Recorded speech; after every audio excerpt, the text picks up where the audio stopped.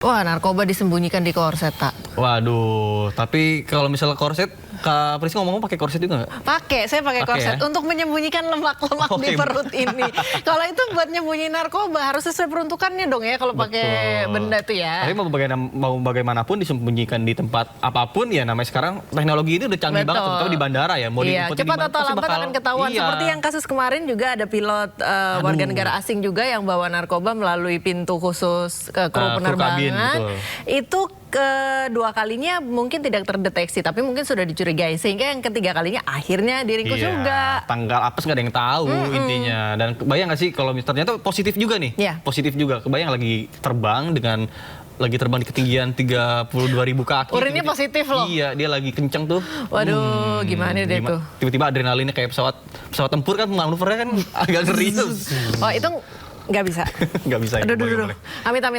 Amit. Oke, kita ke informasi selanjutnya pemirsa. Sebelumnya petugas keamanan Indonesia juga menggagalkan upaya penyelundupan narkotika melalui jalur penerbangan internasional dari Malaysia. Pelaku merupakan seorang pilot maskapai asing yang diduga memanfaatkan fasilitas khusus kru penerbangan untuk membawa puluhan ribu butir ekstasi ke Indonesia. Ini tadi yang baru saja kita bahas ya. Betul.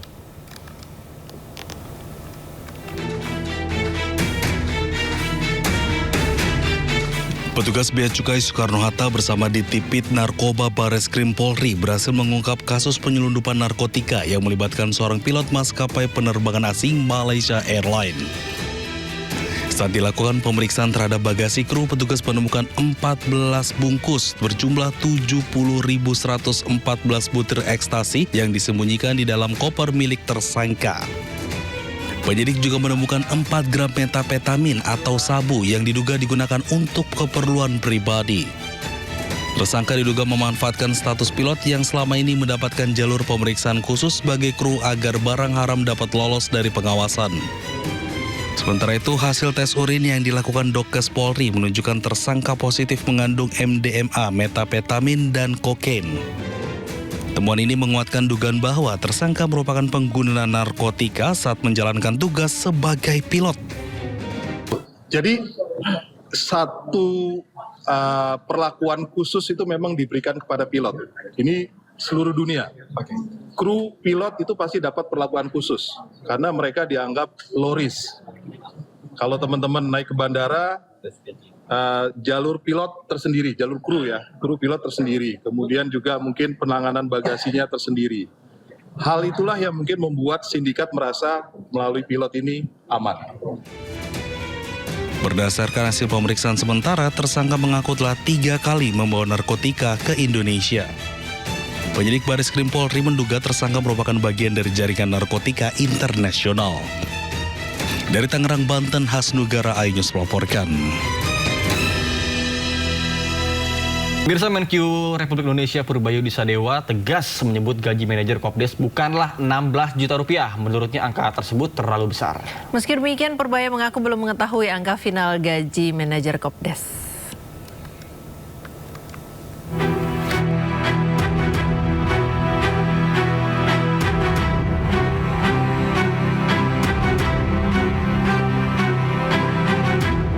Menteri Keuangan RI Purbaya Yudi Sadewa ungkap gaji manajer Koperasi Desa Merah Putih yang mencapai 16 juta rupiah per bulan tidaklah benar. Dijumpai di Kementerian Keuangan hari Rabu, Purbaya sebut angka itu terlalu tinggi. Bahkan dengan tegas ia menyatakan pemerintah tidak akan menyetujui usulan tersebut apabila memang diajukan. Meski begitu, Purbaya mengaku belum mengetahui angka final gaji manajer Kopdes. Kalau 16 juta pasti salah, kegedean kayaknya. Saya dengar UMP lebih sedikit aja masih ketinggian. Tapi saya nggak tahu angka yang terakhir berapa, tapi nggak sampai segitulah. Berarti akan kalau nggak, Anda pindah sana. Berarti jadi kita belum lihat angkanya. Belum diputuskan. Tapi nggak sampai segitu pasti. Kalau segitu ya kita nggak setujuin aja, selesai. Sebelumnya, rangkaian pembekalan bela negara dan manajerial program SPPI atau Sarjana Penggerak Pembangunan Indonesia bagi calon manajer koperasi desa resmi berakhir. Diklat yang berlangsung sejak 17 Juni hingga 31 Juli ini berhasil meluluskan sebanyak 33.785 peserta. Mereka telah dibekali wawasan kebangsaan serta manajemen kepemimpinan untuk menjadi penggerak ekonomi desa dan kawasan pesisir. Sebagai langkah pengabdian, para lulusan SPPI ini siap diterjunkan dan ditempatkan secara langsung di 1021 unit koperasi yang sudah mulai beroperasi penuh. Tim Liputan iNews melaporkan. Pemirsa, Menteri Desa dan Pembangunan Daerah Tertinggal membantah narasi yang menyebut pemerintah melarang aktivitas usaha dalam radius 2 km dari Koperasi Desa Merah Putih. Menteri Desa dan Pembangunan Daerah Tertinggal Yandri Susanto menegaskan pemerintah tidak pernah mengeluarkan pernyataan yang mengarah pada kebijakan penutupan warung rakyat. Menurutnya, narasi tersebut merupakan informasi palsu yang diduga dibuat menggunakan teknologi kecerdasan buatan atau AI dan sengaja disebarkan untuk menyesatkan masyarakat.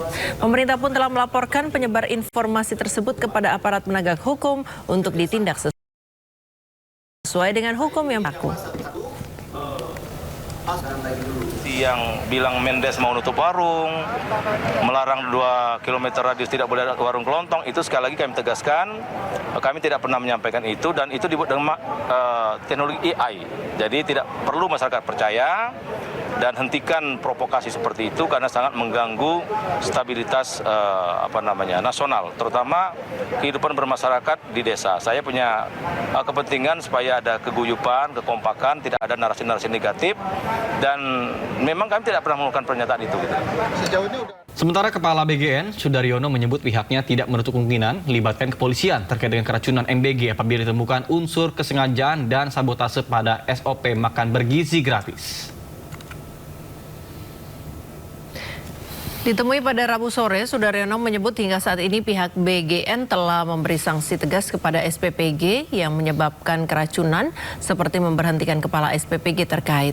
BGN bersama Kementerian Kesehatan juga berkoordinasi melakukan tindakan preventif dengan mendorong setiap SPPG untuk memperoleh sertifikat Like Hygiene Sanitasi atau SLHS. Terkait hal tersebut, BGN juga akan secara tegas memberhentikan operasional SPPG yang tidak layak mendapatkan SLHS.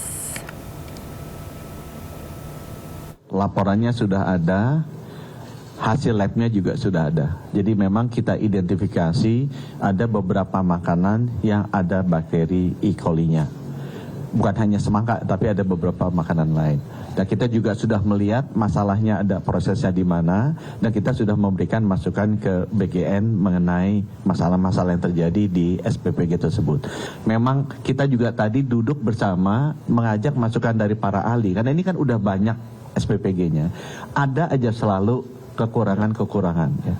Dari sisi LHS, saya udah dapat komitmen dari beliau akan pastikan itu semuanya dapat dalam waktu yang relatif. Pemirsa, rencana kontroversial muncul dari Israel. Pemerintah mengusulkan penggunaan buaya untuk menjaga blok penjara berisi tahanan Palestina. Bahkan gagasan ini langsung memicu gelombang kecaman dari berbagai pihak di dunia.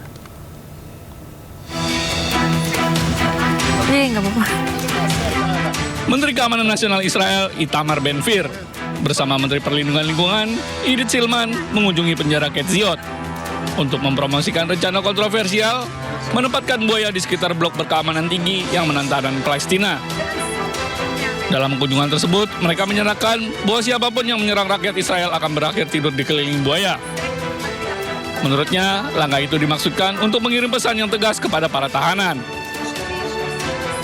כאן במקום הזה אמורים להיות תנינים. בית המשפט הוציא צו, עוד פעם בית משפט שקובע שוב מקלות בגלגלים בכל תוכנית שאנחנו עושים, אז זה פשוט מדהים כמה זה מפחיד אותם, גם בעזה, גם ביהודה ושומרון. השיח הוא שהם מדברים מפחדים. במזרח התיכון בעל הבית צריך להשתגע, ככה זה עובד, אז אינשאללה תנינים, להיאבק בבית המשפט, ואחרי זה גם עונש מוות למחבלים. כרגע פיגועים, אבל אם יש פיגועים, עונש מוות.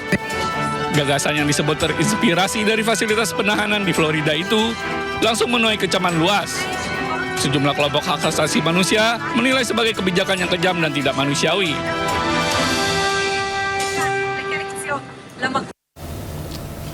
Informasi olahraga, pemirsa, Timnas Indonesia bertolak ke Singapura melalui VIP Bandara Soekarno-Hatta Tangerang, Banten pada hari Rabu sore. Skuad Garuda bakal melakoni laga hidup mati kontra Singapura pada hari Jumat.